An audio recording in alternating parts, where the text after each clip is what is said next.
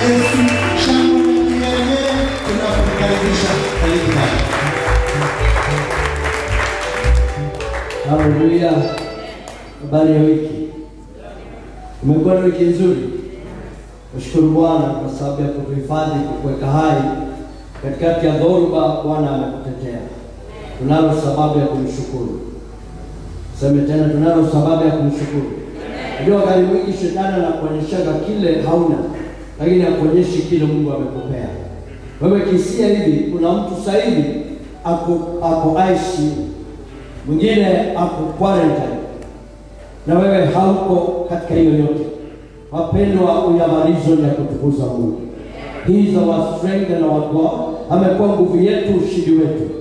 So God bless you, na Mungu wa rehema akubariki na akutende mema katika jina la Yesu. Tunaweza keti. Karibuni katika ibada hii ya pili. Jambo ni kwamba wengi bado hawajaamka katika ule usingizi wako nayo wa kiroho.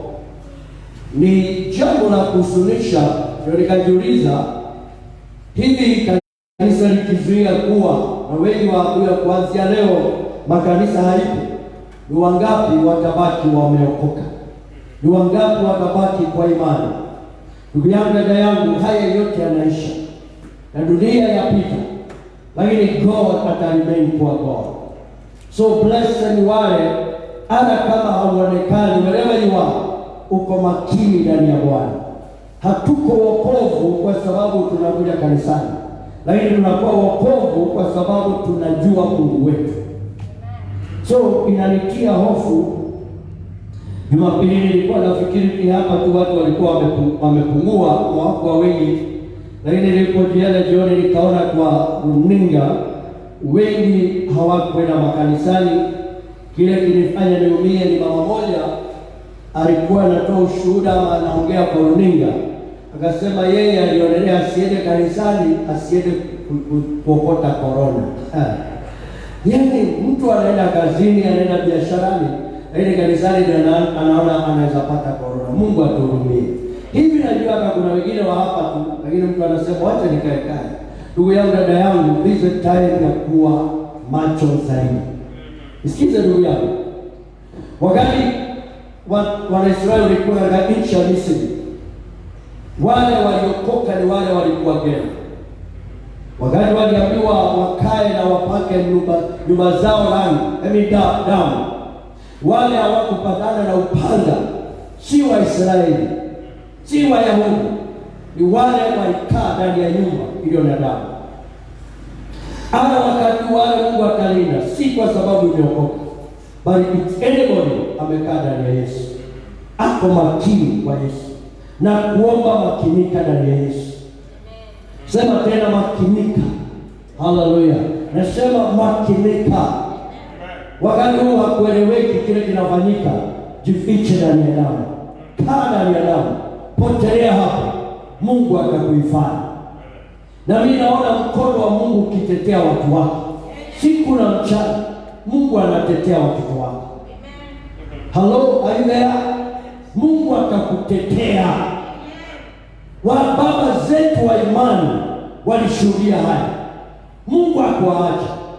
Wapendwa, Mungu habadiliki. Habadiliki kama alitetea mababa zetu, hata nasi atatutetea. Atakulisha na utakufa. Haleluya. Utaona mwisho wa safari na ushindi katika jina la Yesu Kristo. Tuende katika neno la Mungu katika kitabu cha Waefeso.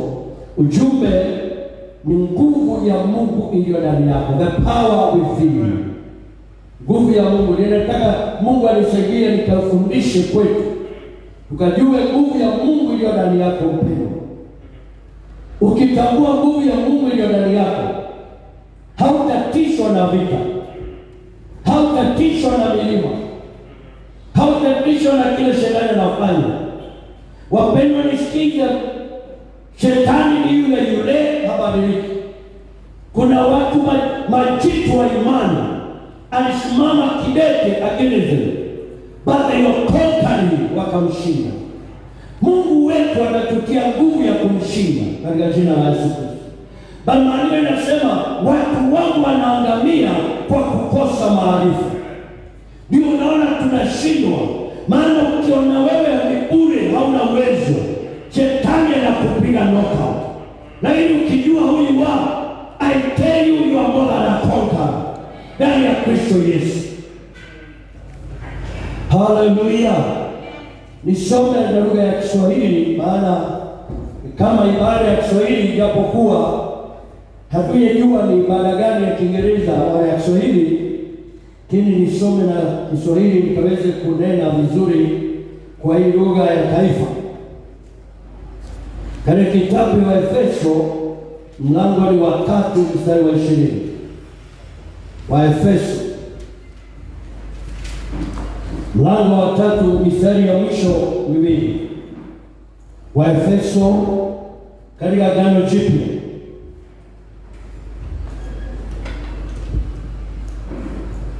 Wa Efeso mlango wa 3 mstari 20. Nasoma katika jina la Bwana. Basi na atukuzwe yeye awezaye kufanya mambo ya ajabu mno kuliko yote tuyaombao ama tuyawazao, kwa kadri ya nguvu itendao kazi ndani yetu. Naam, atukuzwe katika kanisa na katika Kristo Yesu hata vizazi vyote vya milele na milele. Amina. Baba, nakushukuru kwa neno lako, limege kwetu, tuwezeshe kulipokea na kutembea na hili neno, ili tukashinde chochote kimesimama mbele yetu. Asante kwa kuinua kwa kutukuza, katika jina la Yesu Kristo tunaomba tukiamini. Wapendwa na watoto wa Mungu, ni vyema tujue vita ni dhahiri, ama vita ulani uko ndani ya Yesu. Vita vipo, na vita vinakuja si kukumaliza, lakini ni kunoa makali yako sana, ni kukufanya shujaa wa imani. Wale wanaitwa mabregadia, wale wakubwa kule katika nchi wanalinda sheria. Unakuta ukiitwa brigadia, kuna vita umepigana, kuna mambo umetenda, mpaka unapandishwa cheo. Cheo hazipandishwi kwa sababu ya kukaa bure, zinapandishwa kwa sababu ya vita umepigana. Ndugu yangu, dada yangu, hata katika ulimwengu wa kiroho kuna mabrigadia, kuna makomando. Hata kanisani kuna makomando. Hao si wadada walikao ovyo, wana historia ya vita wamepigana. Nisikize, maandiko yanasema ya kwamba many ya the affliction of the righteous, mengi ni mateso wenye haki, lakini Mungu anawakomboa nao yote. Dada yangu, ndugu yangu, sikuhurumii mambo unapitia, maana ninaona kesho yako ukiwa bodia, ukiwa brigadia, ukiwa komando, kwa utukufu wa jina la Mungu wa rehema. Haleluya. Adhuhuri ya leo nataka nitangaze, wewe ni komando in making, wewe ni brigadia in making. Haleluya. Ambao unapigana vita mingi na kushinda, ndio unapandishwa cheo, ndio unapanda katika ulimwengu wa kiroho. Pendwa ndugu yangu, dada yangu, kataa kushindwa kwa vita vyote. Hata wakati wa korona, kataa kushindwa katika jina la Yesu Kristo. Maandiko ya Mungu inasema Mungu huyu tunayetumikia, ajabu, ukiangalia hiyo andiko kiundani, unaona ya kwamba Mungu anatendaga kazi kulingana na wewe. Sema tena, Mungu anafanyaga kazi kulingana na wewe. Ukiona Mungu atembei kwako ni wewe, si Mungu. Wewe ndio uko na shida, wewe ndio unampea Mungu nafasi. Ili andiko liko dhahiri. Maandiko yanasema anaweza tenda yote, hata juu zaidi kuliko ile tunawaza na tunaomba. Lakini hapo chini nasema according, ama kulingana na nguvu inafanya kazi ndani yako. Nataka nianze na swali, ni nguvu gani inafanya kazi ndani yako? Hii mawazo yetu na mafikra yetu inalime nguvu ya Mungu. Maana hii mawazo inakwambia you are failure. Hii mawazo inakwambia hauwezi. Hii mawazo imepandwa, vitu vinasema wewe ni maskini. Nisikize mpendwa, Mungu anasema kabla nikuume kwa tumbo la mama yako nilikujua. Na kabla utoke mama Esther, Mungu akakutia mafuta, akakutawaza uwe tajiri, uwe nabii wa kimataifa. Kuwa nabii si lazima uwe mhubiri. Kuna watu kazi yao ni kudhamini injili ihubiriwe. Wao ni manabii wa kimataifa, maana wanajua who they are. May you defeat mawazo ya nyanya. May you defeat mawazo ya babu. May you defeat every man. Wamekwambia yuwapo. Shule tulipoenda shule, kuna mwalimu alikuangalia akakudharau. Akwambia you mount up to nothing. Wapendwa, wengine wetu tumesubuka na maneno tulinenewa na watu waliokuwa mbele yetu. I still remember, nimesema mwalimu alikuwa anaitwa Mugaka from Uganda. Aliniangalia akaniita akaniambia useless na akaniwekea excuse. Na akaniambia nitakuwa nasema kwetu ni kuna huko Muranga, asema nitakuwa nasema Muranga kankahuya kangema vio. And I could look like I become that. And some of you here, because of people spoke about it. People spoke, watu walinenea mawazo yao. Mungu akusaidie kucancel. Be a prophet of yourself. Nasema kuwa nabii wako mwenyewe. Don't allow anger ikapitia maisha yako. Don't allow kila kiangazi kikapitia maisha yako. Don't allow the history ile ina neno ikapitia maisha yako. Tabiri kila siku unapoamka, tangaza this is a day the Lord has made. I will rejoice and be glad. Hallelujah.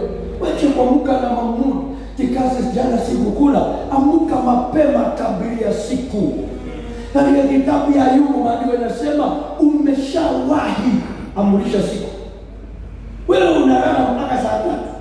Amuka mapema amulisha siku.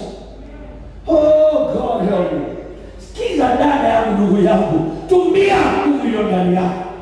Nasema tumia the power. Maandiko yanasema life and death is in the power of the tongue. Tumia ulimi wako.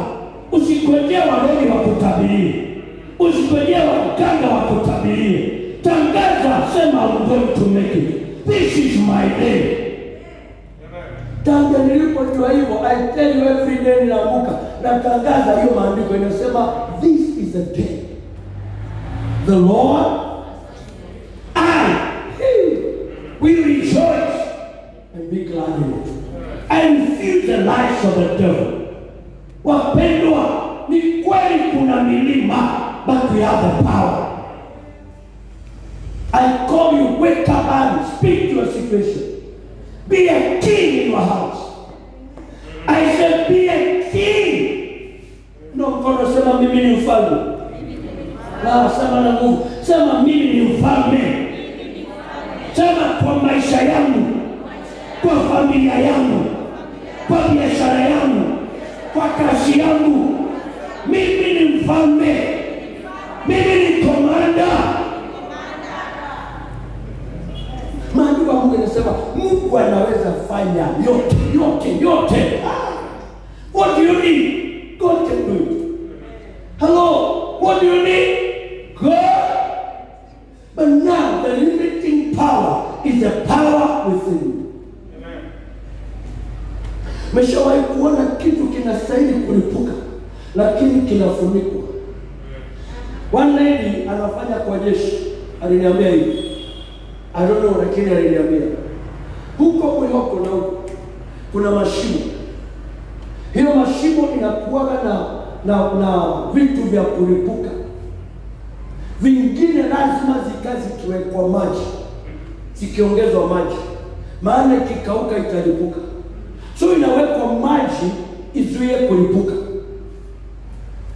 isilipuke, maana inawekwa kwa sababu ya wakati wa vita. Wapendwa, nawe ndani yako kuna kulipuka, lakini shetani anakuwekea maji azuie ulipuke. Kataa kukaushwa, kataa kunyamazishwa. Lipuka, aisha lipuka. Haleluya, Bwana Yesu asifiwe. Wiki tunaenda kulipuka, tutalipukia hali, na usiogope. Wale watu wa imani walitenda makuu. I was listening to man, already alikuwa yule Benihini anamuita mamake, anaitwa Kadukuma. Kadukuma alikuwa every time akisimama mpaka kanichareni, alikuwa anasema I believe in miracles. Na miujiza inafuata. You believe what you believe. Wewe unaamini nini? Unaamini nini? Bwana asifiwe. Unaamini maskini? Unaamini magonjwa?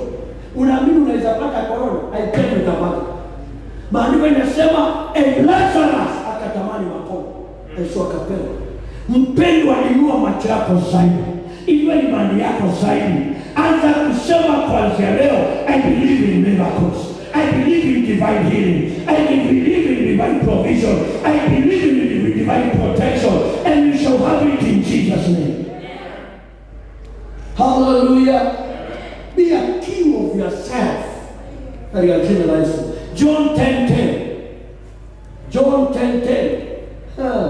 I love that scripture because that is who I am in Jesus' name. John 10:10. Nataka kusoma wote pamoja kwa Good Bibles. Naona runinga yetu leo iligoma, ni sawa, usisumbuke nayo. Tulibeba Bibles. Watu wa second service wanabeba Bibles. Kisema amen.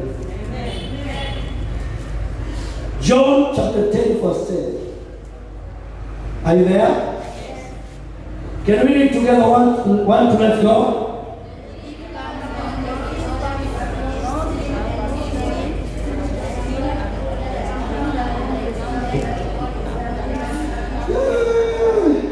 Unajua shida ni kwamba uko na barakoa. Sijui kama unasoma mambo umeniangalia tu. Yo mtu mmoja aliniambia uko na barakoa hata unaweza fanya mtu umetabania. Nobody knows what to do. Kitu ni mbaya. Unakutana na watu. By the way, you know na watu wanajificha. Unakutana mtu anakuona tu anakuangalia na umuone wewe maana amefunika pati kubwa ya sura. Na mnapitana. Na anajua huyu si muongeleshi maana ni deni yake. Sheria inasema mwivi haji kwa watu wa wewe. Mwivi haji ila aibe na kuchinja na kuharibu. Mimi nalikuja ili wawe na uzima, kisha wawe na utele. Bwana Yesu asifiwe. Hayo maneno alinena na Yesu, sio? Na huyu Yesu alisema kazi ninaofanya mtafanya na hata kuzaidi. Kwa hivyo leo nataka tuitoe maneno hayo kwa Yesu. Mama Esther uingie ndani. Hello, are you there? Wakapo wanasema I'm a Christian. Can I say Christians? Haya, Christian, jina Christian inamaanisha Christ like. Anafanana na Kristo. Wapendwa, wewe ndiye Kristo ama Mungu. Ndio na Kristo Yesu leo. Are you there? Unanielewa? Are you there? Yes. Maana nataka hiki kitu ingine. Hiki kitu ilipopia kwangu. Wapendwa, sinyamaza. Yesu akasema mwizi haji, na ile anakuja kuiba, kuchinja na kuharibu. Hatimaye Yesu akasema nami nimekuja. Mwizi amejaribu na amemaliza na ameondoka. Alipomaliza na akasema it is over. Yesu akasema it is not yet over until I, Jesus, say it is over. He's the determining factor. I said Jesus is the determining factor. Na hapa kuna Yesu wengi hapa. Oh God, si Mungu tu atusaidie kuelewa. Wewe ni mfano wa Yesu. Wewe unasimama kwa niaba ya Yesu.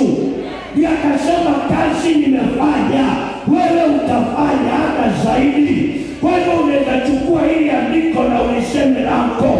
Useme mwivi alikuja kwetu, akaiba watu wetu, akawaua na akawaangamiza, lakini mimi nimekuja. Mimi nimekuja, nimesha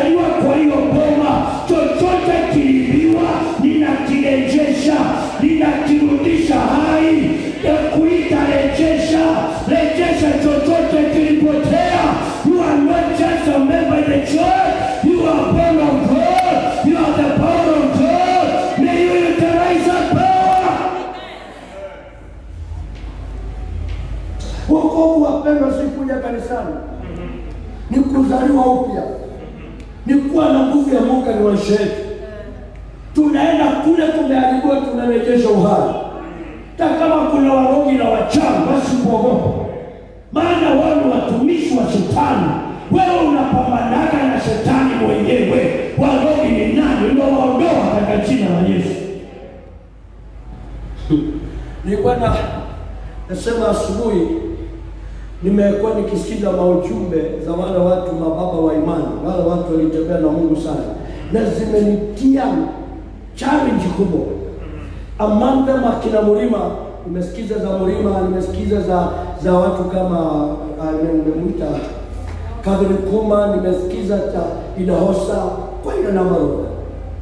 Nilikuwa nasikiza Idahosa ingine, nimesikiza number of them zake. Wale alikuwa anasema juu ya warogi wale watu, tumekuwa tukishuhudia hiyo. Tukiongea, lakini mimi nisikiza from the mouth house. Makinywa chenyewe cha yule alifanya hivyo. Akasikia warogi wamesema wanakutana Nigeria. Na ifaka alikuwa anasema walikuwa wanakutana kwa mji wangu. Kama wanasema wanakutana Gethsemane. Na akasikia si warogi ndio wa dunia yote wanakutana huko. The first conference ilikuwa ifanywa kwa. Yeye alienda kwa runinga akasema haitafanyika. Wakabishana hivi, wote wakaitwa Idahosa na kiongozi wa uchawi au wachawi. Waende kwa media, kwa TV. Waende wakaonyeshe vile itakuwa na mwingine vile itakuwa. Yule mtu wa TV wa uchawi akasema hata Mungu mwenyewe hazizuia. Idahosa akasema nikijibu hiyo swali na kuomba wewe news anchor unipe dakika 5 baadaye niwe huyu nimuue.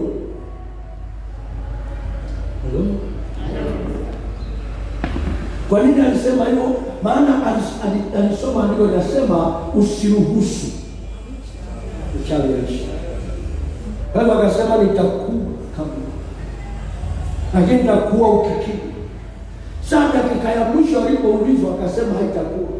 Ndio akageukia yule mchawi, kiongozi wa mchawi, akamwambia nataka ujibu swali langu. Are you a witch or not a witch? Maana if you are a witch, I'll kill you now. Jamaa kaogopa. Akasema I'm not a witch. Maana kuna mtu anajijua. Finally, cut all short. Alienda kwa rais akamwambia uliona tuko kwa runinga and you know my story. Rais wa Nigeria alimwambia don't mind. Nimepigia all the embassies za dunia. Nimewaambia wasiruhusu mchawi yote kuja hapa. Kwa hivyo hakuna mchawi anapewa ofisa kuu. Sio. So the meeting never took place. Why? Kuna mtu anajua the power. Anafanya kazi ndani yako. Wewe unatingizwa na kapepo kana kagraso. Unatingizwa na riza. Because you don't know who you are. Listen carefully. Mungu hana kipendeleo. Mungu yotembea na mlima. It is the same power. Hata mimi niko nayo. It is the same power uko nayo mpendwa. What do you need? Paulo akamwambia Timothy, stand up the gift. Wakati naona watu tunarejea katika kutumikia Mungu, we don't know what we are doing presently. Tukalijua tukitokeza kutumikia Mungu. Waovu wanatumikia Mungu yao. Let's wake up and serve God. Let's wake up and love God. Let's wake up and be the presence of God. Bwana Yesu asifiwe. Mwizi amekuja ameiba. Sijui kama ni Sunday ama nile ingine. Tuliulizwa hii swali. Ulikuja kwa hiyo familia, utakufa niache hivyo hivyo. Ilikuwa. You have to change it. I say lazima uibadilishe. Don't despise yourself. You don't need to be called a bishop. You just need to have Christ in your life. Na utaona makubwa ikifanyika. Hallelujah. Wakati wa corona ndio wakati wa kanisa kuinuka zaidi. And I thank God because waovu wanatoroka. Mama yetu alikuwa anatuambia, I don't know how true it is. Lakini alikuwa anatuambia hivi. Lepa ikizaa watoto. Kilikuwa inawaacha, inaenda kama ni kutafuta chakula. Inakuja inawakula wakicheza inasema, inaburuka. Kale kakatoroka, from then sikaleta ndani. Anafukuza. Wapendwa, korona inasema ili waoga watoroke, lakini sisi si wa wale wanarudi nyuma, sisi ni wale wanasimama mpaka mwisho. Maana I tell you for sure, after this kuna watu watakula mema ya nchi, kuna watu wataona Mungu na nguvu zake, kuna watu watanalishwa, kuna watu watatembeshwa katika nguvu za Jehova Bwana. That is not the time ya kukaa nyuma. Huu ni wakati wa kumpenda Bwana, kumtumikia Bwana, kujitoa na kumpenda Bwana zaidi katika jina la Yesu Kristo. Hallelujah. Hallelujah. Are you there? We move on katika jina la Yesu Kristo. So every mwivi kwenu inakutuma uende ukamwangamiza katika jina la Yesu. Kila roho imeiba vitu vyako, acha kusema vimeibiwa. You have the power ya kuvidai katika jina la Yesu Kristo. Judges chapter number 6. Judges chapter number 6. Waamuzi, kitabu ya Waamuzi. It is after the book of Joshua. Mlango wa 6, nasoma mstari wa 12 mpaka 16, nasoma na lugha ya Kiswahili katika jina la Bwana. Judges chapter 6. Verse 12. Na mimi uko pale, I'm reading in Jesus name. Malaika wa Bwana akamtokea akamwambia, Bwana yu pamoja nawe, shujaa. Hello? Hello? Najua Gideon na yuko hapa leo. Yule Gideon yako ni wewe nami. Ndio roho Bwana anasema, Bwana yu pamoja nawe, shujaa. Shujaa. Hello. Shujaa. Bwana yuko nawe. Hauoni kama unamwona, lakini yako na wewe. Hallelujah. Bwana yuko nawe, shujaa. Nasikia nikuite shujaa sio mara ngapi. Wewe shujaa. Shujaa. Hello, shujaa. Wewe dada shujaa. Ndugu shujaa. Naona unaniangalia unasema, pasta ujui ile napitia. Hata Gideon wakati anaitwa shujaa, mama Kenya hakuwa shujaa. Kulingana na yeye, si alikuwa anafuna ngano afiche. Hangejitetea, hangepigania ngano, anaificha. Lakini Mungu akuangaliaje vile watu wanakuangalia, anakuangalia vile utaingia hapo mbele, anakuwa Mungu anakuona vile utakuwa, ninakuona vile utakuwa August, vile utakuwa September. Wanakujua as a failure, but that says my God, you are not what they say you are. You are what God says you are. Bwana Yesu asifiwe. Don't mind vile wamekuita. Because watu tuliambiwa wanakuitaka kulingana na vile walikuona jana, na vile wanajua hiyo history. And many of you, we have been called names by the people who knows our history. Thank God they know our history. Come on, they know your history. But you know something, my dear, they don't know your future. They don't know where you are going. Don't allow them to kill you because of their history. You have a beautiful tomorrow. You have a beautiful future in the name of Jesus Christ. Watu wengine tunaona wameinuliwa, ungewaona miaka yao ya ujana, they were good for nothing. Hawakuwa na viatu, they wangekuwa wakudharauliwa. Nimwambia ushuhuda nilipokea wa ndugu mmoja, alitolewa kwa gari huko Tanzania, maana hakuwa na nauli ya kutosha. Makanga akamfikisha katikati ya msitu, kamwambia, wewe ndiye mnajua kudadia magari na mlipi, toka, na akamfukuza. Wapendwa, kuna mambo watu hupitia. Today that brother yanaitwa Pombe Magufuli aliyetolewa kwa gari. One time nilisikiza ushuhuda wa one mighty man of God in Nairobi, anaitwa Obonyo. Obonyo is a powerful man. He's a bishop of Cathedral Praise. Obonyo alikuwa anasema wakati mmoja hapa Huruma, alikuwa amekaa kanisani, maana ana kazi. nakosa chakula, kakaa siku 5 hajakula, akatembelea ndugu, anajua anakaa fulani na familia yake, nakuta ndiye mama anapika kaugali. Ndugu akaangalia huyu kijana anakaa kuparara, hana kitu, akamwambia hii haukuli.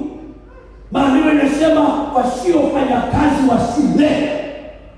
Wachoyo wanajua kutumia maandiko. Kamwambia tafadhali, hata kama ndogo sijakula. Akamwambia hata kama nikufa hukuli yangu na watoto wangu. Moyo akatoka akiwa hana kitu. Karudi kanisani. Mama mmoja ndiye aliguzwa kama wewe. Akamwangalia, akaenda kumpikia uji akamletea. Alinibi yule ndugu alimfukuza kama yuko hai, bado wako huru. Lakini Obono, last time tulikuwa na yeye, alikuwa anaendesha ile BMW, ile inakuwa sijui ngapi, ile kubwa yanaendesha. Wapendwa, people don't know where you are going. They may judge you by where you are today. I want to pray, may you despise madharau zao. Learn kudharau madharau zao. They have not seen you yet. I've said they have not seen you yet. Hawaja kuona. Are you there? Hawaja kuona. Ndugu moja nizawa marito sana. Aliwaniambia alipomaliza shule alienda kuosha magari ina kaosh. Na aliachiwa hiyo kaosh baada ya kuosha, nafasi ya kuosha. Na ndugu mwingine alienda kusomea walimu. Akaosha magari. Today as I'm talking to you, ile shule uliona ilikuwa ameambiwa wako na watu 18, 19 wana corona, international school. Ndio anasimamia utajiri wa hiyo shule wote. People don't know who you are. Come on, I wish I can put this deep down in you.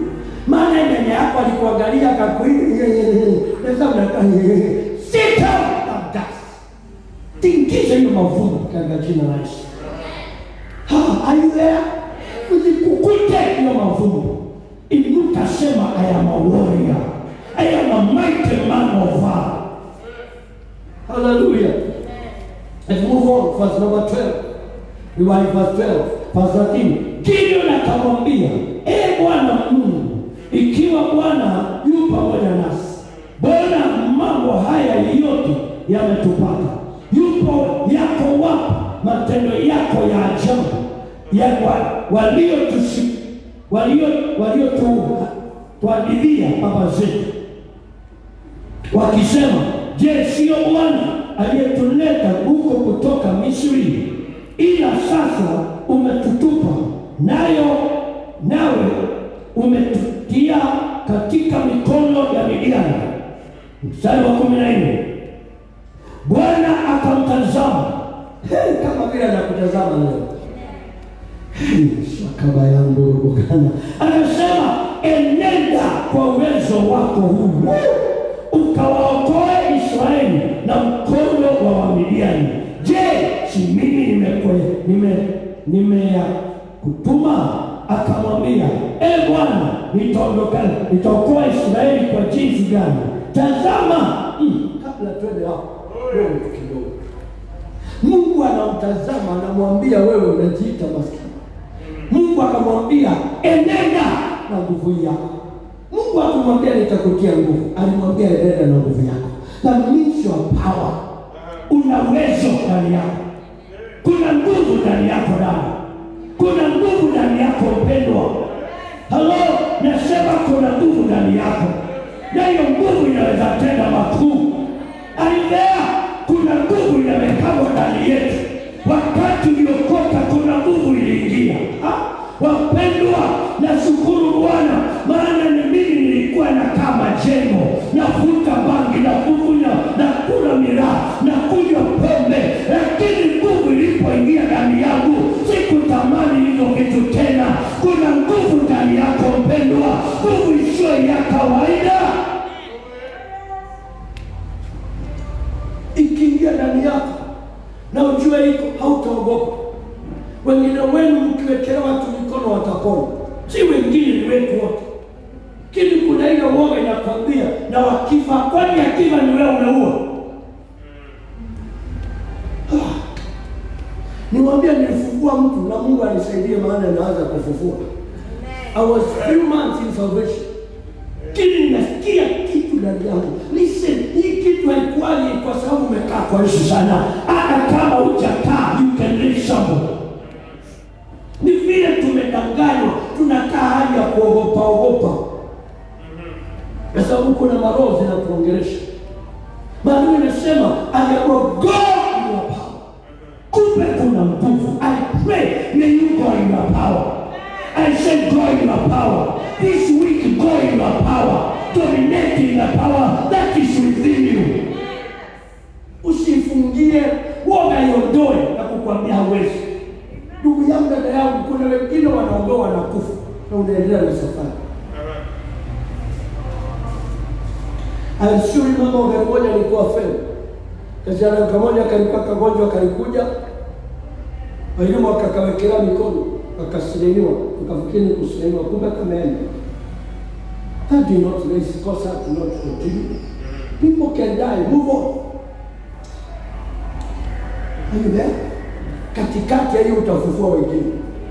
Utaponya wengine. Hello, are you there? Do it in Jesus' name. Maana nasema hivi, wewe tulikuomea. Hiyo kitu kimenichokora nikasikia nikisema, mstari wa 14 ndio tuko. Enenda kwa nguvu zako. Mstari wa 15 akamwambia, Bwana, nitawaokoa Israeli kwa jinsi gani?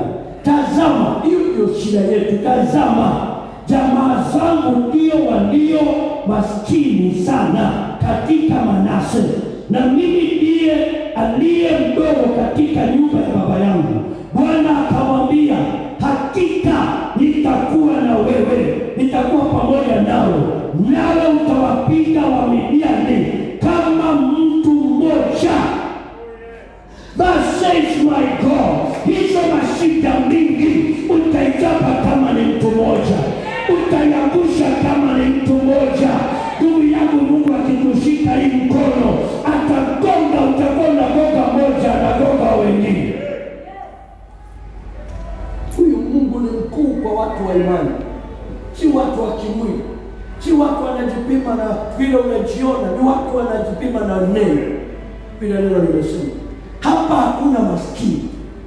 Let me say again, hapa hakuna maskini. Hapa hakuna failure. Hapa hakuna mtu wa kuhurumiwa. Hapa kumejaa mashujaa. Mashujaa na inukana, mapepo inatoroka. Kwa jina la Yesu. Huyu jamaa anaanza kusema vile tunasemaje, nitawaokoaje? Na kwetu sisi ni maskini sana. Familia yetu, tunakumbuka vile kwa huko. Nimemwambia mara mingi vile kwetu kulikuwa. Tulikuwa maskini wa maskini. Nitamani maskini ulikuwa unakuja kwetu. Paka watu majirani walikuwa wanajua sisi tu maskini. Paka unanuka umaskini. Kienda shule, kwa naambia watoto wangu wakati moja mahali tulikuwa tunabeba chakula toka nyumbani ya kukula lunch. Nimebeba zile jenga. Hao mimi wanajua jenga. Si jenga mtu. Ni zile maharage, mahindi inaenda napeleka portion, inakogwa mara kadhaa, inavunjika pieces. Ni mahindi tu. So mama amechemsha white, nikawekewa kimkebe kile wale wa samani kidogo, mnajua hakukuwa na plastic those days, ilikuwa ni mkebe ya bati, ndio tulikuwa tunanunulia vitu nayo. Sasa nimeweka jenga, nimeshikilia, na watoto ni watoto, sijui nijichunge. Sasa wakati kwa shule, tukiingia kwa class, nina hali nikicheza. Wewe. Kamfuko kakainamana. Ile kamkebe kakaanguka chini. Kifuniko chua. Jenga ikatapakaa kila mahali. Nikawa top of the day. Gani? Kemo kuendege ganege. Ilikuwa chakula ya maskini. Inaendega na haina kitoweo, haina boga, ni white. Mama yetu ungenikuna nikilia nikiokota.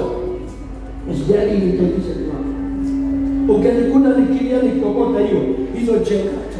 Ninalia nikirudisha kumbu. Paka watu wanajua hakuwa yuwa. Wengine wamebeba machapu. Na unajua chapo kupea upo nyakati yetu ilikuwa hatia. Mama baya upea upo chapo. Unaweza chapo. Chapo. Hapo kuna mtu amebeba chapo. Alikuwa mtoto wa matajiri. Mmoja alikuwa anaitwa Mushiko. Thank God Mushiko alikuwa hai aliondoka. Mushiko alikuwa anakaa pande ya barabara, they were very rich. Paka kusalimua na mmoja wao. Ulikuwa unasikia kama hutaona because they were very rich. Mushiko alikuwa anasimama nimamwambia pale nje, pale chua na wawe Rovina was my mother. Kato tumeketi na mama yangu tunadondosha mahindi ya kuweka kupika getheri. Mama ananiangalia sipigana maana ni mtoto wa matajiri. Tisa hii inaendaga huko. Naona watoto wao, vijana wale wazee wao. Akiniona na kuja kunisalimia mtu gateli. Wewe, kuna Mungu mbinguni shauri yako. Kuna Mungu anajua kuhamisha. Doesn't matter how useless you are. Don't allow that mentality. Come on. Nasema usiachilie hiyo mentality ingia hapa. Grasshopper mentality. Make it loose in Jesus' name. Naomba mawazo ya panzi na ikuache. Maana hata sasa hivi kuna watu wana mawazo ya panzi. Bwana asifiwe. Ingia mkono. Kitaka kujua mtu ana mawazo. Do you know grasshopper ikula matunda? Have you ever known that? Hamjajua hiyo? Grasshopper haiguzani matunda. Hata zile zilikuwa zinakula majani peke yake. Hata ikiangukia mchungwa umejaa machungwa, haiguzi matunda. Na kula majani peke yake, machungwa inaacha. Matunda inaacha. Ukiwa na grasshopper mentality, au unasemaga mimi ka ugali kasukuma. Kanaingia nasikia haleluya. Na bwana kuku inanichokesha kutafuna. No, ni grasshopper. May God deliver us in Jesus' name. I need to eat the good of the land in Jesus' name. Hallelujah. Na kuomba ukainuliwe kukula mema ya nchi katika jina la Yesu. Bwana Yesu asifiwe. This guy anasema I am no good for nothing. Mungu anamwambia I love number 16. And the Lord said unto him, surely I will be with you. Surely I will be with you. Listen, surely God will be with you. I said God will be with you. Hallelujah. Hautashinda kwa nguvu zako, ni mkono wa Mungu utakukalia. Ni uwezo wa Mungu utakukalia. Wapendwa, ni uwezo wa Mungu unatubadilisha. Today I'm here because of uwezo wa Mungu. Si kwa ni uwezo. Wow. I did not deserve kwa mahali hapo. Are you there? I tell you mpaka watu wetu walijua we are useless. Wakati nilichukia mshana those days. My sister waliniambia siufanyie harusi huko Ulishani. Nairobi utaweza? Maana waliona siwezi. Kawaambia nafanyia Nairobi. Take it or leave it. Walikuwa wanakuja kuona nikifeli. Kili walipokuja wakaona mpaka kawangu wamebebwa na BMW. Mambo ile mpaka wakashangaa. Wakabaki wakisema kwani huku ni pesa ya wasungu, wanapewa pesa na wasungu. Because people know you are a failure. But I thank God because umetolewa from the ground of a failure. Umepandwa katika ground ingine ya ushindi. May you know where you are. I said may you know where you are. Recognize who you are. Maandiko inasema if anyone, come on, if be in Christ. He is. Come on, he is. The old. Behold, all things has become. If anyone, come on, kunaye ako ndani ya Kristo. Kunaye. Come on, kunaye hapa. Naona ni wachache, hao wengine hawako ndani ya Kristo. Kunaye ako ndani ya Kristo. Unajua kunao hajui maana jana alitenda dhambi. Shauri yako dhambi itakumeza. If anyone be in Christ, be is the old has done what? Is gone or passed away. In fact, the best word is passed away. Passed away inamaanisha imekufa. The old Hilo mkono sema ya kale imekufa. Kama kwenu hawana kazi, ya kale imekufa. Haleluya. Kama kwenu wanapewa taraka, kama kwenu hawatajiriki, kama kwenu wanakuwa prematurely, kama kwenu hawaolewi, kama kwenu wanadharauliwa. Haleluya. Bado inasema behold, all this has become. Israel, you could have gotten a scripture to pray. All things have become new. Come on, all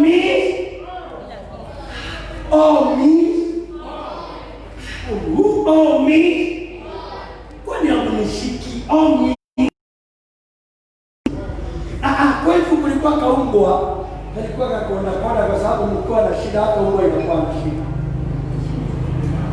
Ukienda mahali kuna shida, angalia umbwa.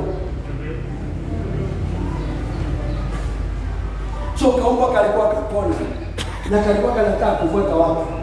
Sasa wakati umeoga, umevaa ile peroboto, au umetokea, ukienda hivi karibu kufika gate, unageuka unaona kamekuja kana wengi pekee. Nilikuwa nakambiaje?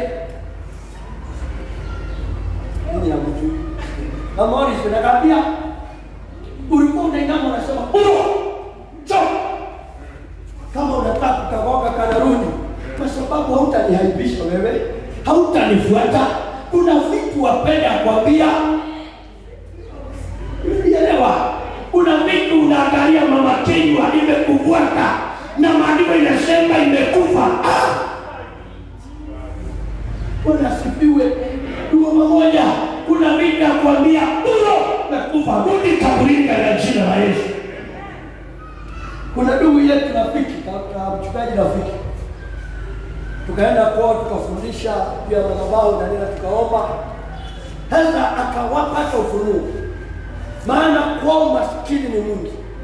Hata ukipanda mboga haikui. Mnajua kuna mahali maskini unakaa, hata unaweka sumu,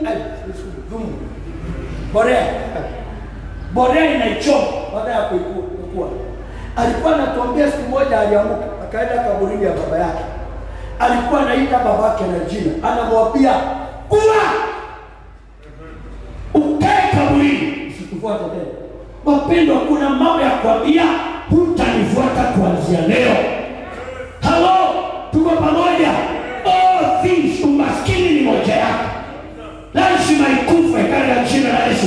Siku ilo mkono wa kuume tutangaze. Tangaza umaskini. Unasema kufa kabisa. Umaskini. Magonjwa.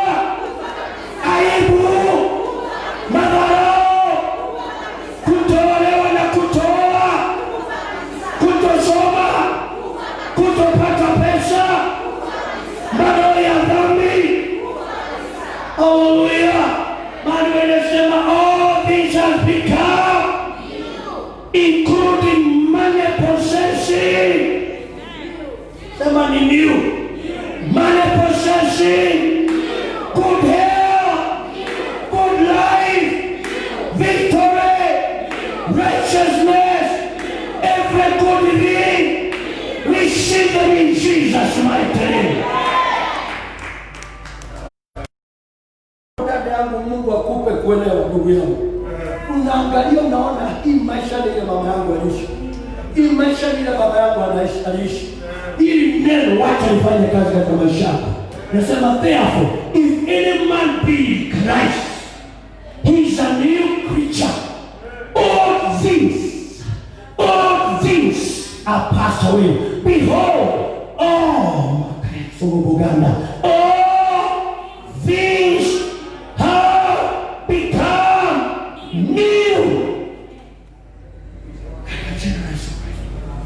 Kuna mambo wewe utasimama kidete kama nabii wa Mungu. Usiposimama itamstari against. Continue to declare. It might not be one day, but continue to declare. Every day you wake up, simama useme I'm blessed, I am favored, I'm rich, it is well with my life. I will be an example kwetu. I will be the great man kwetu. Nimekuja kuamini kile unatangaza ndio kinakuwa. Kile unasema lazima kile. Mungu atatumia watu kuthibitisha. If you die, if you believe you're poor, I tell you die poor. But if you believe I'm rich, declare it. Declare from where I don't know, but it shall come to pass. In the name of Jesus Christ. Hallelujah. I say hallelujah. Basa ndio hiyo nayo nakimbia sana. Ezekiel mlango wa 30. Ezekiel alisema tukimbie kumaliza ili tuweke masaa ya hii mambo. Naomba Mungu atupe kuelewa hii mambo ni ya kishetani kabisa. Ndio napigiwa debe na mataifa. Ezekiel alisema, tunasoma mstari wa kwanza na wa pili.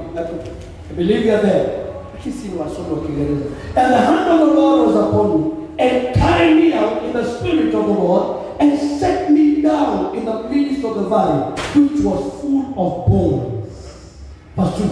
And caused me to pass by them round about, and behold, there were very many in the open valley. And lo, they were very.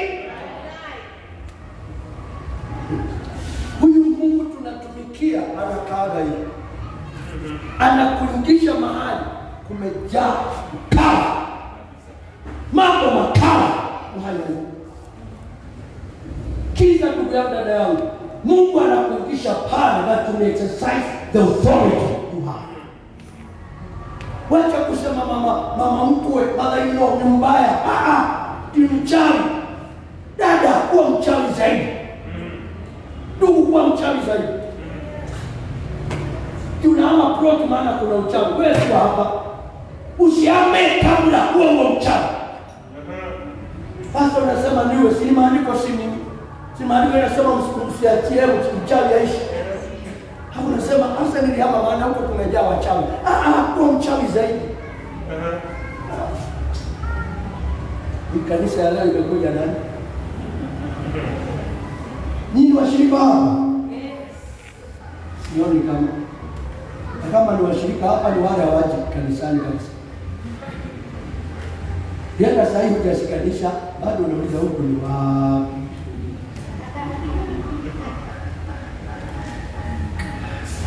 We are powerful. Kuna jambo moja nilikataa, sitasukumwa na madeni hapa. Inahamaka nikilipa. Sitasukumwa na wachawi hapa. Inawahamusha. Kahagini tulikuwa tumesukumwa tuhame, nikasema hatuhame. Tutahama hapa ukishinda. Don't run away until you make it. Watajuaje? Wewe shika wao. Hello, watajuaje? Now let's get to verse number 4. Look at verse 4. Again he said unto me, prophesy unto this bones. Say unto this bones, O ye dry bones, hear. Come on, are you there? O ye dry bones, hear. Verse 5. Then says the Lord, I've gone unto these bones. Behold, I will cause breath to enter into you, and you shall live. Oh, look up.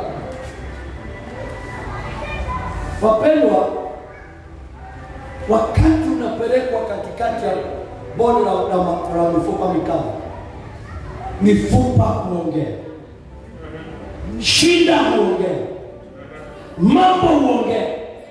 Ni kama tu hii mambo ya corona imepamba mpaka viongozi wetu wanasikia kama ndio news. Kisimama tu ni kuongea. Leo tulikuwa na new cases ngapi? Those are not news. News ni wale wamepona. Nilikuwa nauliza mchungaji mwingine tulikuwa naye juzi. Nikamuuliza mbona Tanzania wanaendelea na mikutano? Na wao mpaka rais anasimama. Anawaambia kwa mkutano mkubwa, Mungu tunamshukuru ametuponya. Hapa tumejaribu kuvaa barakoa, tumefanya social distance, na bado inapanda. Maana ni tisho na mapepo. Asikwambia usimame. Ukiangalia runinga zetu, what are news? What? Raping, killing, all those things. Sasa mliona, baada ya ibada, hawakuja kuhoji nyinyi mlikuwa kanisani. Wanaenda kutafuta wale hawakuwa. Wanaenda kwa kanisa ilikuwa na watu wachache, ili waonyeshe watu hawaenda kanisani, because they don't look for news. Kuna uwezekano hizo mambo zikuongeleshe. They are dry bones. Ni wewe utakuwa mkali wa kuambia mifupa, enyi mifupa mikavu, sikizeni bila Mungu anasema. Maana hata wakati Mungu anaongea, Mungu anasema it is well. Mungu anasema nitabariki watu wangu. Mungu anasema nitalinda watu wangu. Mungu anasema mimi siachili watu wangu. Ndugu yangu, dada yangu, mapepo yakiongea usinyamaze, ongea vile Mungu anasema. Hallelujah. Watu wanasema everywhere. Kama sasa kuna hiyo fununu na upia lockdown, wanasema it will be strict lockdown. Mpaka watu wanaogopa, wanasema mambo kwisha. Tunafanyaje? Tunakufa. Wewe ndio utakufa, shauri yako kusema. Wapendwa, hata kama niko kwa nyumba, Mungu wa Elijah bado yuhai. Naweza niletea jambo. Tuko pamoja. Na Biblia inasema ukufi. Nasema ufi wewe. Hata ukeni na mtu wako na korona, haitakupata. Unasungukwa na moto wa Roho Mtakatifu. Mungu wetu si dhalimu, wapendwa, ni mwaminifu. Kile ameandika kwa hii neno lazima kitimie kuaminiwa. Usitembee ukiwa na wasiwasi, kikaunga kamebaki nusu, kula yote. Bwana kama Mungu atakuja. Mhubiri mmoja alituambia, akatuambia ukiwa mjini na uko na 50 ingia kule. Ambia Mungu sasa nakungojea. Sasa wewe unangoja. Sasa tuliambiwa Mungu akikupea chapati ukose kuraulia jirani. Inakaa hivyo, haisongi, haikui. Lakini ukimurarulia inamea. Ukimurarulia inamea. Nawe wale walikuwa nakula kiuma inamea. Yule aliweka kwa mfuko ili akule jioni, inakaa hivyo. Kula uone kama itamea. Wakati wa wenye kuishi kwa imani. Wenye kuishi kwa imani hawajipangi, wanakula sawa sawa. Naona kwa runinga wanaambia watu jipange, fanya rationing. Kama unakula mara 3 kula 2. Ninakwambia kula hata 4. Kama unalea kula. Why? God is providing. Hello, are you there? Na usiogope hata kama haijakuja inakuja. You never know how God works. Unashangaa vile utashangazwa na Mungu. Nasema utashangazwa. Ukiona kuaibika utaibika.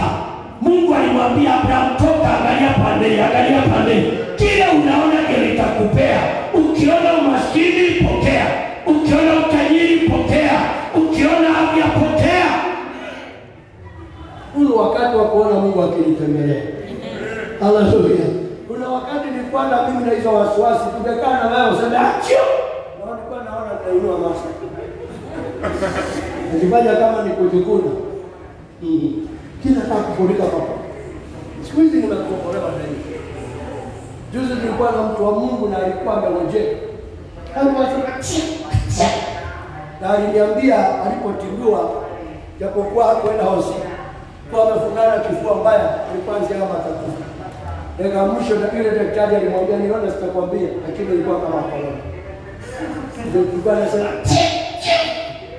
nasema sijifuniki. Ni kwa hiyo shauri yako. Sikonjeki. Wewe kaa ukiwa na wasiwasi, na sikwambia usivae mask. Oga mkono.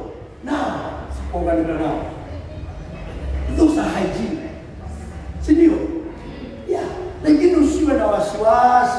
Tukitembea mahali kwa kio ni kwa matatu nasema mama, dereva tukisha. How you are always conscious about it. You'll be tormented for nothing. Maana inasema Mungu akamwambia Ezekieli, tabiria mifupa. Leo tunatabilia mifupa yote katika jina la Yesu Kristo. Kasema ambia mifupa, enyi mifupa. Mungu asema hivi, ishi. Hallelujah. Tusome andiko. Tupende andiko Romans chapter number 5. Ile tulisoma, hiyo andiko ni gani? But no, Romans chapter 10, see chapter 5. Warumi mlango wa 10. Warumi. It is on the screen, wapendwa. I love this scripture. Look at what he says. Nasema, sijifungue na Kiswahili pia. Tusome maana tuko karibu kumaliza na Kiswahili pia. Pengine Kiswahili itaeleweka vyema. Warumi mlango wa 8. Mstari wa 5 huyu. Mstari wa 5 huyo unasema hivi. Kwa maana wale mstari wa 8. Kwa maana Musa aliandika juu ya haki itokayo kwa sheria, ya kuwa mtu afanyayo ndiyo ataishi kwa hao. Huyo ni Musa aliandika. Haya, mstari wa 6. Bali ile haki ipatikanayo kwa imani yanena hivi. Haki yanena hivi. Usiseme moyoni mwako, ni nani atakaye panda kwenda mbinguni, yaani ili amlete Kristo chini? Au mstari wa 7, ni nani atakaye shuka kwenda kuzimuni, yaani ni kumleta Kristo juu kutoka kwa wafu? Mstari wa 8, angalia. Lakini yanena, hiyo imani yanena, ya nenaje? Lile neno li karibu nawe. Lile neno li karibu nawe, katika kinywa chako na katika moyo wako. Yaani ni ile neno la imani tulilolihubiriwa. Kile wahitaji hakiko mbinguni. Nasema tena, kile wahitaji hakiko mbinguni. Hakiko Marekani, kiko kinywani mwako. Maandiko inasema, but what saying that faith? Inasema the word is near you, even in your mouth. The word is in your mouth. I said the word is in your mouth. Iko kinywani mwako mpendwa. Usidanganywe uongee maneno yasiyo na hai. Ongea maneno yaliyo hai. And in your heart, that is the word of faith which you do. Ndugu yangu, neno la ushindi liko kinywani mwako. Nasema liko kinywani mwako. Ukifungua biashara, nenea hiyo biashara. Halo, tutoto nenea. Acha kukaangalia katoto na kaambia wewe unakaa baba yako. Chuna mbaya.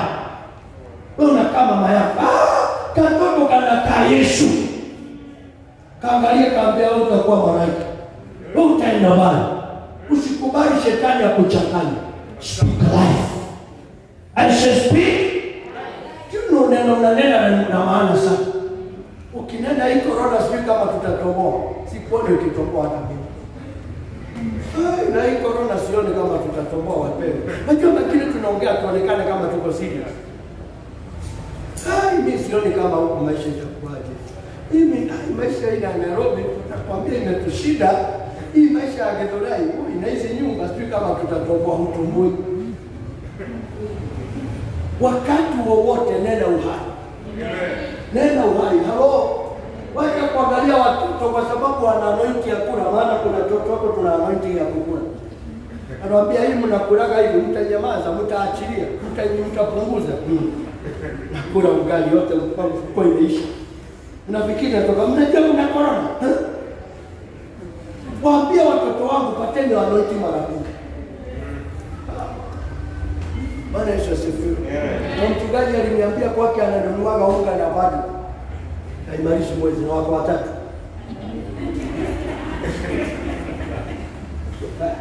Kuna mahali biko ni watu wanakula wananoni. Katoto kanakula, mama Kenya unaangalia unauliza ni wewe umekula ima? Na hiyo ugali inaweza kuliwa na Kenya na babake. Na kanakwambia mamishi tatiba. Unakula jicho moja.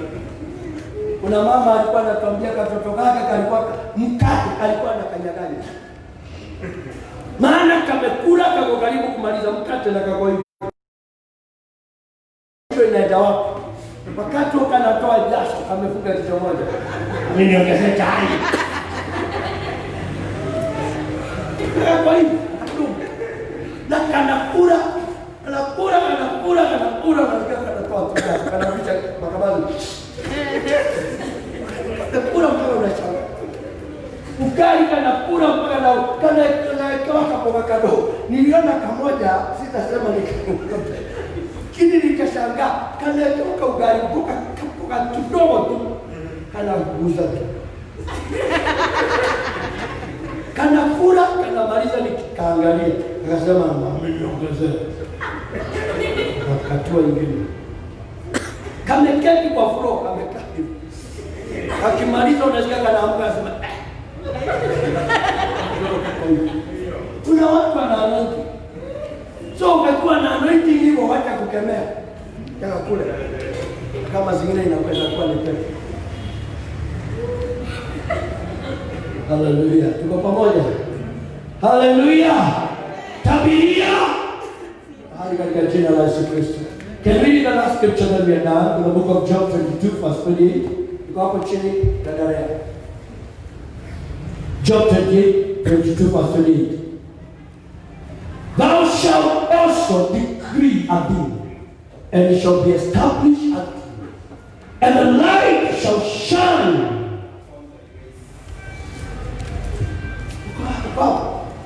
Bwana simetuka hivi. Thou shalt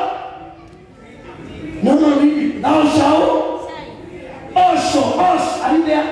Thou shalt decree and it shall be established. What if you don't declare? Come on, what if you don't declare? If you know, and the light, my God, the last part, and the light shall shine upon your way. Unapotangaza, unaamrisha mpaka mwangaza ukuangazia. Unapokataa kutangaza, giza inakushindia. Munanielewa? Usipotangaza, giza inakushindia. Naomba kuanzia leo amua, tangaza. Maana inasema nawe utatangaza, nawe utakiri. Aidha. Wajua kuna tofauti ya kuamini na kukiri. Tuko pamoja? Unaweza amini Mama Esther ya kwamba nitakuwa na factory ya kushona nguo. Nikuamini umeamini. Maandiko inasema kuamini hapa. Maandiko inasema nawe utafanyaje? Bwana Yesu asifiwe. Hebu angalia.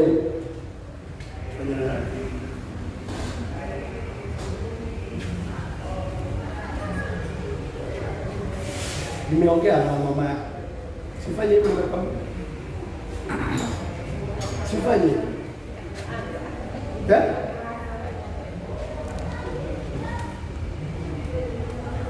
Sifu nifanyie.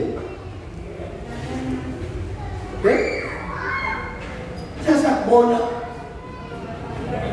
Simama mama wewe mwema.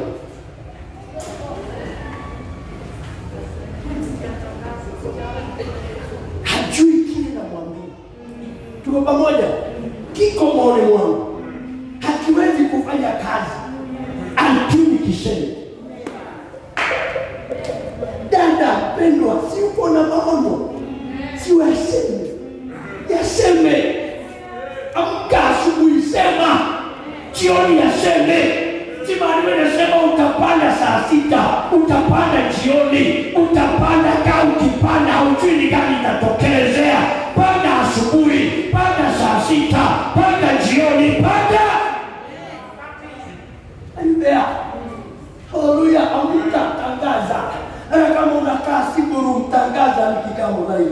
Naona Muthaiga tangaza. Wapendwa, tangaza.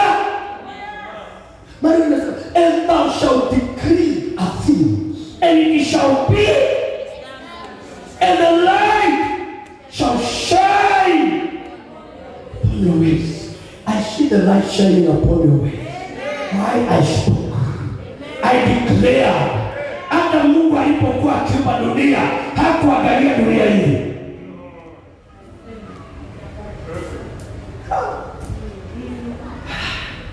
Aliangalia akasema, let there be light. Hendwa, tumia kinywa vizuri. Nasema tumia kinywa vizuri. Hebu angalia Ezekieli alipotabiria mifupa. Aliongoza jeshi kubwa kutoka bondeni na mifupa. Ilikuwa na mifupa. Aliongoza jeshi kubwa kwenda juu, akiwa komanda wao. Maana alitangazia. Nawe ukitangaza na kuona baada ya hii bonde la corona, utatoka na mashamba, utatoka na magari, utatoka na ushindi, utatoka na uponyaji, utatoka na kanisa. Tangaza! Situambie kinywa chetu, hautatangaza ujinga, hautatangaza failure. Simani inasema revelation. Wewe kuna wakati unasikia unaamka hata usikie kuinua mikono, sikia iko hivyo. Maana inasema wewe uko hivyo, amka useme I am strong. Kufeel na feel weak, lakini ndani yangu mifupa haina kitu. Na hiyo inasema I am rich. Hello, I am rich. Nimfundishe kitu mpya. Mama Kenya, ukikutana na mtu akukope 100 na una kitu, acha kusema mimi nimesoma. Ndio rangu just busy. Mimi na kitu mimi, lakini hata tunaharibu sana. Delete tabia kanisa. Mambo ni mabaya, kumeharibika. Otoa hii. Tukikutana nao, sunipe 1,000, niambie pastor msome sijaenda baba.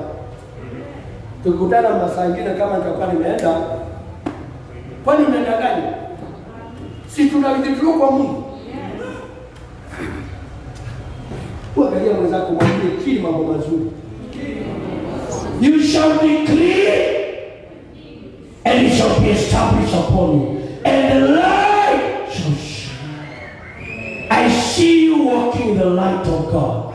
I see your family in the light of God.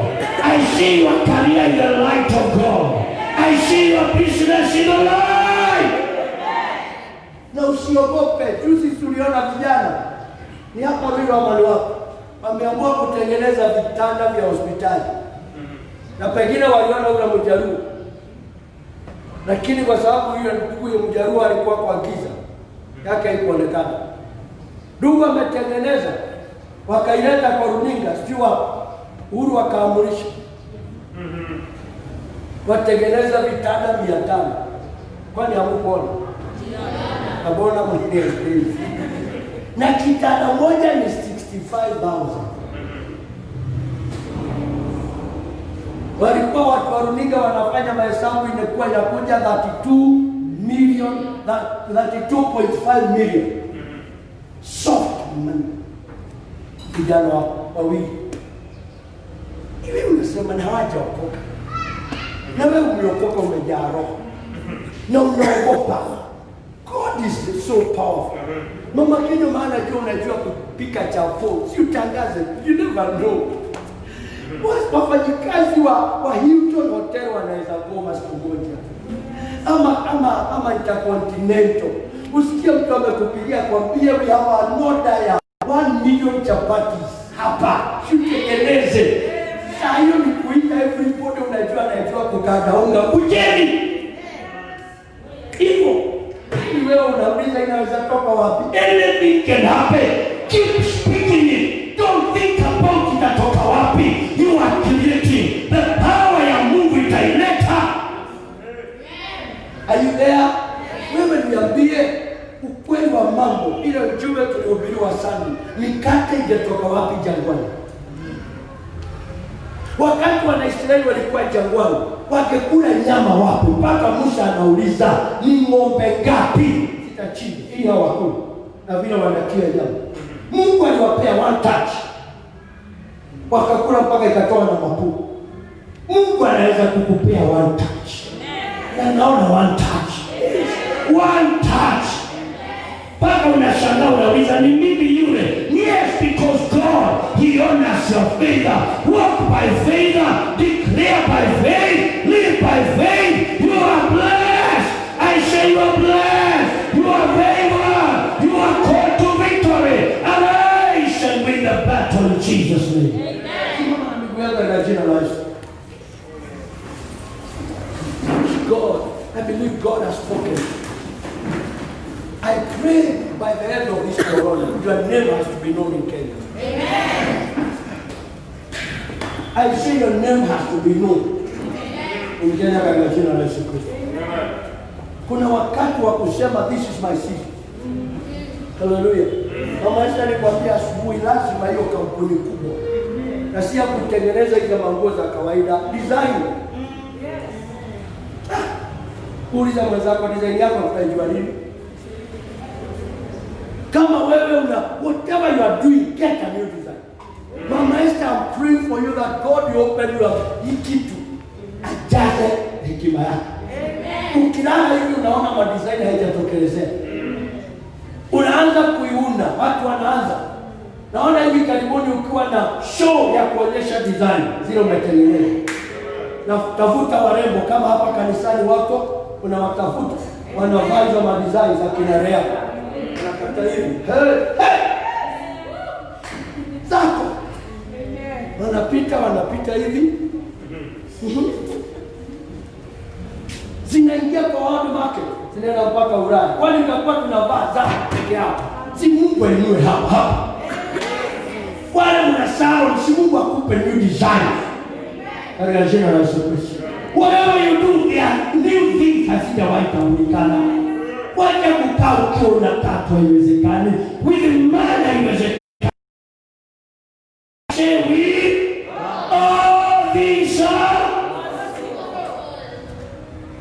Naona Mungu akikupeleka, funguka macho. Anza kuona ukuu wa Mungu. Nasema anza kuona ukuu wa Mungu. Katika jina la Yesu Kristo. Mungu akikwambia nenda pika chapati weka pale mama Kenya, don't ask questions. Weka. Siulize itakuliwa na nani. Mungu anajua what to do. Shida yetu ni maswali. Itakuliwa na nani? Do what God says, because I see God will take it in there. I want to prophesy because my time is over. Katika jina la Yesu Kristo. Lift up your hand. Baba, katika jina la Yesu Kristo, asante kwa wapendwa, asante kwa walioumbwa wachagua, umewaita kwa jina lako ili utaweze kuonyesha ukuu wako katika maisha yao. My God, my Father, mwivi amekuja kwao, ameiba, ameua na anaharibu, lakini mimi Mungu nimekuja katika jina lako, nimekuja kwa jina lako kutangazia kile kimeibiwa. I am reviving it. Kile kilikuwa kimeharibiwa, I am remaking it. Kile kilikuwa kimeuawa, I am bringing it back. Nimekuja ili wawe na uhai, wawe nayo tele, na nena uhai kwa biashara, na nena uhai kwa kazi, na nena uhai kwa jamii, na nena uhai kwa biashara yote ile, katika jina la Yesu. My God, umesema nitatangaza na itakuwa, natangaza ushindi, natangaza baraka, natangaza miujiza. I believe in miracles and for that purpose. Miujiza katika maisha yao, katika jina la Yesu. My father Isaac aliambia Esau, I have given Isaac, Jacob, to be the head. I made him to be above the father, his brothers, kwa sababu ni baba yake. My God, my Father, nami ni baba ya hawa. I make them to be the head. I make them to be above. I lift them wherever wanafanya kazi. The authority umenipa ya Baba, ninanena kuwainua, ninanena kuwakweza katika jina la Yesu Kristo. Isaka akasema, I have sustained him with corn and wine because he's a father. Nikapata kujua nami kama baba yao, I have the authority to sustain them in this time of corona and post-corona. I sustain you with wealth. I sustain you with the beauty of the world. I sustain you na mafuta ya nchi. I sustain you na manono ya nchi. I sustain you na dhahabu. I sustain you na fedha. I sustain you na diamond. I sustain you na ng'ombe na mbuzi. I decree and declare, receive the anointing, your sustainment.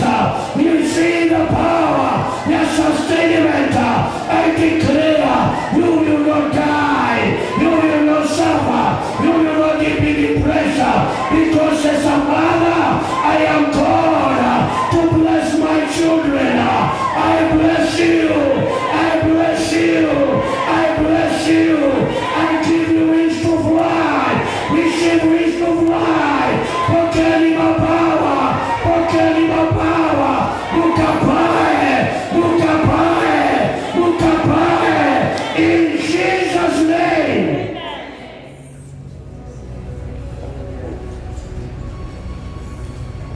Thank you, Father. Katika kitabu ya Ruth, chapter number 3 verse 1.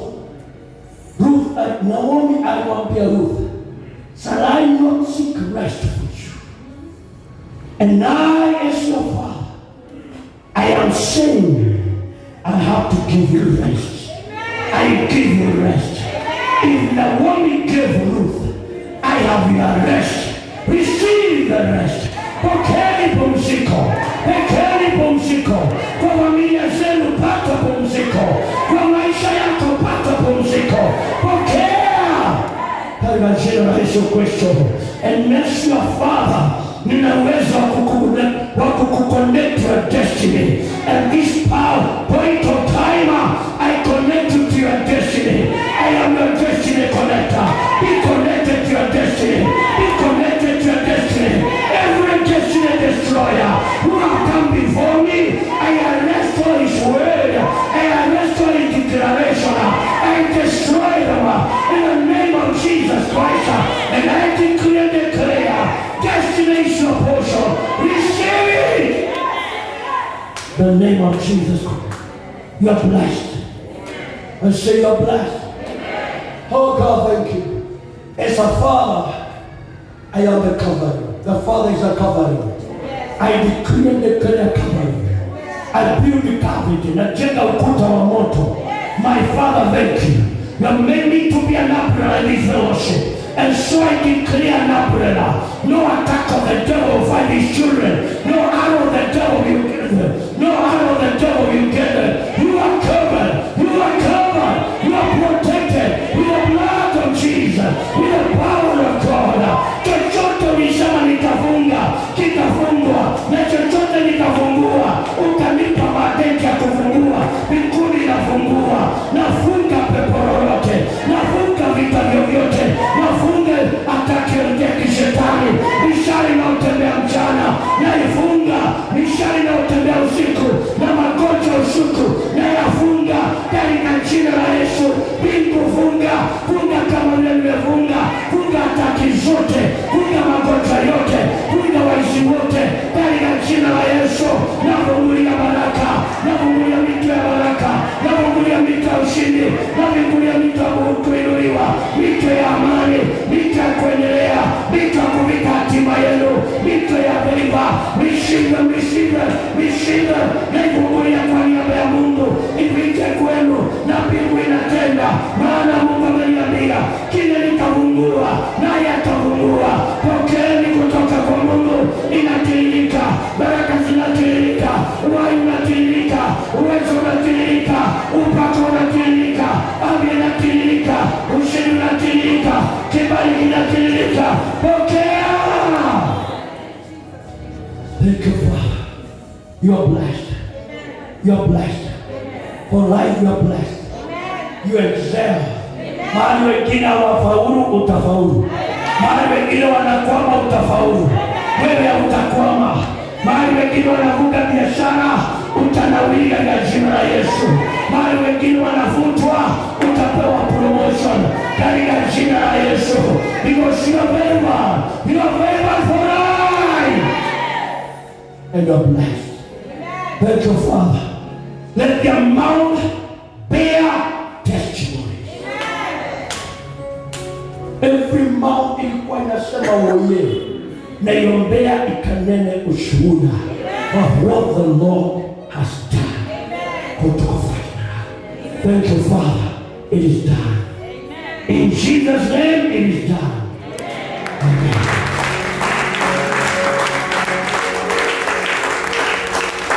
Unaweza keti. Katika kalia kiti ya adui yako. Kichwa ya adui yako. Kalia kichwa ya adui yako. I love it. So let's get into a beautiful pocket. We want to worship God with our substance, with our offerings, with our tithes. Wengine ungetaka kutoa fungu la 10, ashes wamefunguka. You want to envelope, you can lift up your hand. I beseech you the mercies of God. This is not the time ya kukula fungu la 10. Don't make that mistake. Don't. I beseech you. Huu ni wakati wa kuwa serious na Mungu, that you receive His faithfulness. Are you there? Na kama umekuwa ukikula, ninakuonya usikule tena. Admit it to God. See what God can do.